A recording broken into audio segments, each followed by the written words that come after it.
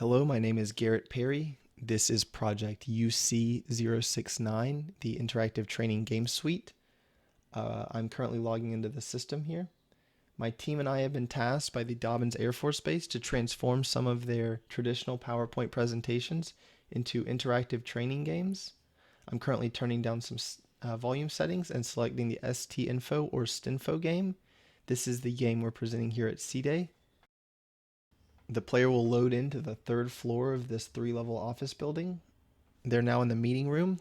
There's a lot of custom assets here and throughout the office. The goal of the game is to train the user on what is or is not considered STINFO. STINFO is any engineering or technical document that is not suitable to be released to the public.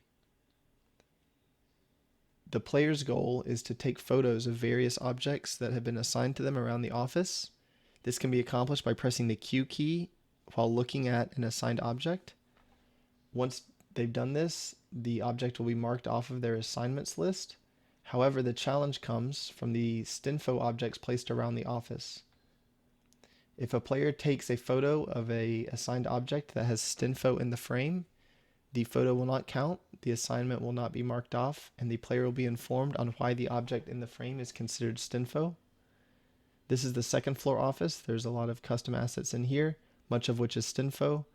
It's one of the more challenging rooms. There are multiple assigned objects in here and a lot of areas that are not suitable for photography. As you can see, the game is on a timer. When the timer hits 0, if the player has completed all assigned objects, they will be directed onto the quiz section. However, if they have not, they will be forced to replay the game. The game ends in this bottom floor kitchen. It's the last assigned object, and hopefully the player has taken photos of all assigned objects in the time allotted. Now onto the quiz section. This project has full quiz functionality built in. The player is fed 10 random questions from the question bank and is tasked with getting a score of 80% to pass the quiz. As you can see, when a player gets an answer wrong, the correct answer is displayed to them. They have 3 attempts to complete the quiz, and if they cannot complete the quiz in 3 attempts, they are redirected to the training game to play it again. Once the player successfully completes the quiz, their profile is updated to reflect the time and date that they completed the module.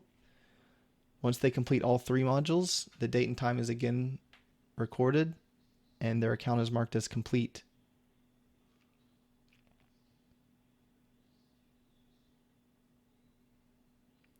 This is the final screen of the project. Thank you for watching.